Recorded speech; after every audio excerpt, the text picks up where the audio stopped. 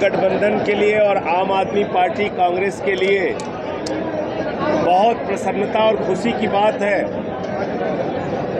कि शाहाबाद ब्लॉक के 76 में से 70 मौजूदा सरपंच अपना समर्थन देने के लिए अपना इलाके का वोट दिलाने के लिए सुशील गुप्ता जी के साथ आज शामिल हो रहे हैं। मैं उनका आम आदमी पार्टी परिवार में हृदय की गहराइयों से स्वागत करता हूं। अपना समर्थन दे रहे हैं इंडिया गठबंधन को और इस अभियान में हमारे साथ शामिल हो रहे हैं।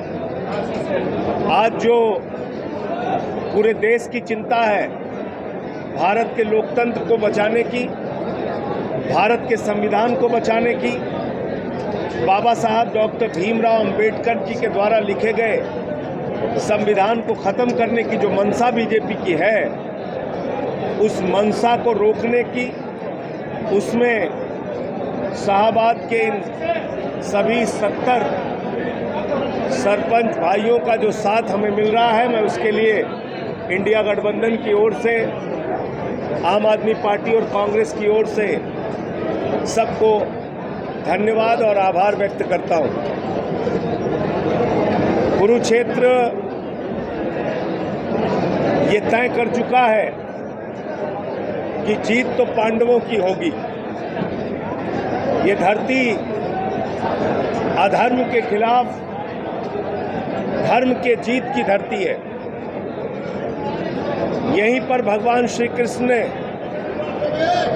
पवित्र गीता का उपदेश दिया और गीता का उपदेश हमें अन्याय के खिलाफ लड़ने की शिक्षा देता है, अधर्म के खिलाफ लड़ने की शिक्षा देता है। आज जो नरेंद्र मोदी की अगुवाई में कौरवों की सेना इस देश में राज करना चाहती है, उसको हराने का काम कुरुक्षेत्र करेगा, हरियाणा करेगा। हरियाणा का अपना बहुत स्वर्णिम इतिहास रहा है। वो चाहे किसान आंदोलन हो, वो चाहे सेना में हरियाणा के वीरों की भूमिका, उनका योगदान, उनका बलिदान हो। हर गांव में हरियाणा के अंदर किसी न किसी शहीद के नाम पर एक गेट मिल जाता है, हरियाणा के हर गांव में। क्योंकि यहाँ का नौजवान सुबह 4 बजे उठ के अपने आप को तैयार करता है भारत माता की रक्षा के लिए, सेना में भर्ती होने के लिए। भारत के प्रधानमंत्री ने भारत माता को धोखा दिया, भारत के नौजवानों को धोखा दिया, सीमा की सुरक्षा को धोखा दिया, अग्निवीर योजना लाके। इसका सबसे ज़्यादा आघात हरियाणा, पंजाब, उत्तर प्रदेश, राजस्थान, बिहार, जहाँ के अधिकतर संख्या में नौजवान, महाराष्ट्र, जहाँ के अधिकतर संख्या में नौजवान सेना में भर्ती होते हैं, उनके पीठ में छुरा मारने का काम प्रधानमंत्री मोदी जी की सरकार ने किया। अग्निवीर योजना भारत माता की सुरक्षा के साथ तो खिलवाड़ है और इसका बदला यहाँ के नौजवान, यहाँ के किसान मिलकर लेंगे। दूसरी घटना, 1 साल तक किसान सड़कों पर बैठा रहा 3 काले कानून के खिलाफ। उसके साथ दुश्मन देश के नागरिकों जैसा व्यवहार किया गया। 750 किसानों ने अपनी शहादत दी। हरियाणा के लोगों से पूछते थे, दिल्ली कैसे आए, दिल्ली कैसे आए, दिल्ली कैसे आए, तुमको मारेंगे, तुमको भगाएंगे। अब हरियाणा के लोग कह रहे हैं तुमको दिल्ली जाने नहीं देंगे। बीजेपी का कोई कैंडिडेट यहाँ से जीत के दिल्ली नहीं जाएगा। ये हरियाणा के लोगों ने संकल्प ले लिया। जिस प्रकार का चुनाव प्रचार में यहाँ देखने का दृश्य मिलता है, गांव-गांव में बीजेपी के कैंडिडेट्स को खदेड़ा जा रहा है, उनको दौड़ाया जा रहा है, जनता अपने आक्रोश का प्रदर्शन कर रही है। और तो और छोड़िए, अभी तो मैंने देखा यहाँ के पूर्व गृह मंत्री अनिल विज, वो एक सभा में रो रहे थे। एक सभा में अनिल विज जी रो रहे थे। आप बताइए, जब ये अपनों के पीठ में छुरा मार रहे हैं, ये दूसरों के साथ क्या करेंगे? प्रधानमंत्री जी कहते हैं ट्रेलर है। भाई, आपने महंगाई आसमान पे पहुंचा दी। 120 रुपये का पेट्रोल बिका, 100 रुपये का डीजल बिका, 250 रुपये का सरसों का तेल बिका, 300 रुपये की दाल बिकी, सब्जियां महंगी, टमाटर प्याज सब महंगा हुआ। आप कह रहे हैं ट्रेलर है।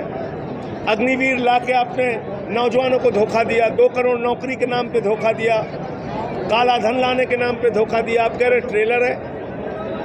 15 लाख करोड़ रुपए पूंजीपतियों का माफ कर दिया, अपने दोस्त अडानी को पूरा हिंदुस्तान सौंप दिया, अभी भी आप कह रहे हैं ट्रेलर है। तो अगर ये ट्रेलर है तो पिक्चर तो बहुत भयानक होगी। और मैं 2 चरणों के चुनाव के बाद ये कह सकता हूं कि इंडिया गठबंधन की सरकार 4 जून को बनने जा रही है। 300 से ज़्यादा सीटें इंडिया गठबंधन की आएंगी, 300 से ज़्यादा सीटें। 400 पार का नारा मोदी जी का एक फर्जी नारा है, एक जुमला है। 400 सीटें इनको संविधान बदलने, आरक्षण ख़त्म करने और वोट की ताकत ख़त्म करने के लिए चाहिए, जो इस देश की जनता इनको देने वाली नहीं है। 400 पार ऐसे ही बोला। बंगाल में 200 पार आई 73 सीट, झारखंड में बोले 65 पार आई 23 सीट, मिजोरम में बोले 21 पार आई 1 सीट, हरियाणा में बोले 75 पार आई 40 सीट, महाराष्ट्र में बोले 150 पार आई 105, कर्नाटक में बोले 130 पार आई 65, दिल्ली में बोले 45 पार आई 8। अब कह रहे हैं 400 पार, जनता कह रही है तड़ी पार। इनको तड़ी पार करेगी इस देश की जनता। तो इसलिए जो तमाम बुनियादी मुद्दे हैं और जो पेपर लीक, आज हिंदुस्तान का 1.5 करोड़ युवा, 1.5 करोड़ पेपर लीक के कारण उसकी जिंदगी बर्बाद हुई है। पेपर लीक, आज भी नीट का पेपर लीक हुआ है। तो अब इस देश के नौजवानों को, माताओं बहनों को, किसानों को, सबको एक साथ संकल्प लेना चाहिए कि इस बार बीजेपी को हराएंगे। कुरुक्षेत्र से सुशील गुप्ता जी इंडिया गठबंधन के प्रत्याशी के तौर पे बहुत आगे चल रहे हैं। मैं कांग्रेस पार्टी के नेताओं का विशेष रूप से आभार व्यक्त करूंगा। लगातार वो चाहे यहाँ के पूर्व मुख्यमंत्री हुड्डा साहब हों, चाहे पूर्व मंत्री यहाँ के कैबिनेट के अरोड़ा साहब हैं, सारे लोग लगातार एक कांग्रेस पार्टी का कार्यकर्ता आज सुशील गुप्ता जी का साथ दे रहा है, गांव-गांव में साथ दे रहा है। मैं उनका सबका आभारी हूँ। आम आदमी पार्टी और कांग्रेस दोनों मिलकर कुरुक्षेत्र से और हरियाणा की सभी से भारतीय पार्टी का सर्वोच्च न्यायालय के किसी फैसले के आने से पहले मैं अपनी ओर से कोई टिप्पणी नहीं करना चाहूँगा। कल की प्रतीक्षा कीजिए। चुनाव आयोग को स्वतः संज्ञान लेना चाहिए। क्या ऐसी शब्दावली का अरोड़ा साहब इस्तेमाल कर सकते हैं? सुशील गुप्ता कर सकते हैं? मैं कर सकता हूँ। तुरंत नोटिस आ जाएगी, हो सकता है अरेस्ट भी हो जाए। भारत के प्रधानमंत्री पूरे चुनाव में सांप्रदायिकता फैला रहे खुलेआम। भारत के प्रधानमंत्री कभी बंगाल जाते हैं, टपोरी छाप भाषा बोलते हैं, दीदी ओ दीदी। कभी कहते हैं कांग्रेस की विधवा, कभी कहते हैं जर्सी गाय, कभी वहाँ गए महाराष्ट्र में अभी शरद पवार को कह के आते हैं भटकती आत्मा, कभी कहते हैं 50 करोड़ की गर्लफ्रेंड। ये क्या भाषा है? प्रधानमंत्री की भाषा एक सड़क छाप व्यक्ति की भाषा नहीं होनी चाहिए, लेकिन दुर्भाग्य से वो वही भाषा बोल रहे हैं। इसलिए उनको संयम बरतना चाहिए और अहंकार नहीं पालना चाहिए। कहते हैं हम राम को लाए हैं। बताइए आपको राम लाए हैं कि आप राम को लाए? अरे भाई, आपको राम लाए हैं, हमको राम लाए हैं, इस देश के लोगों को, इस प्रकृति को, इस सृष्टि को राम लेके आए हैं। आप राम को लाने वाले कोई नहीं होते। भाजपा तो कह रही है कि मैं वही कह रहा हूँ, जिनको राम लेके आए हैं उनको राम ही विदा कर रहे हैं। इस बार प्रभु श्री राम ही इनको विदा करेंगे। प्रभु श्री राम ने तो अन्याय के खिलाफ, अधर्म के खिलाफ लड़ाई लड़ी, रावण का नाश किया। आज ये लोग अधर्म के रास्ते पे चल रहे हैं, बीजेपी वाले, इनका भी नाश करेंगे। आज माहौल है। आज देश में लोग सरकार बदलना चाहते हैं। हरियाणा प्रदेश के अंदर ये लोग लोगों को धोखा देने के लिए चेहरा बदल कर अड़ाऊ रख के ये आना चाहते हैं, परंतु लोग बहुत समझदार हैं। लोग 13 नहीं सरकार बदलेंगे और निश्चित रूप से हरियाणा प्रदेश की 10 की 10 लोकसभा और करनाल विधानसभा सीट इंडिया गठबंधन जीतेगा। ये जहाँ ये संविधान को बचाने की है, वहाँ इनका अहंकार तोड़ने की, हम उनका भी अहंकार नहीं रहा था। जिस प्रकार से मनोहर लाल जी का अहंकार था, किसान आंदोलन में कहते थे डंडे उठा लो, कोई माला डालता था कहता सिर काट दूंगा, कोई बेरोजगार लड़के की माँ रोजगार मांगने गई या चांद पे भेज देंगे।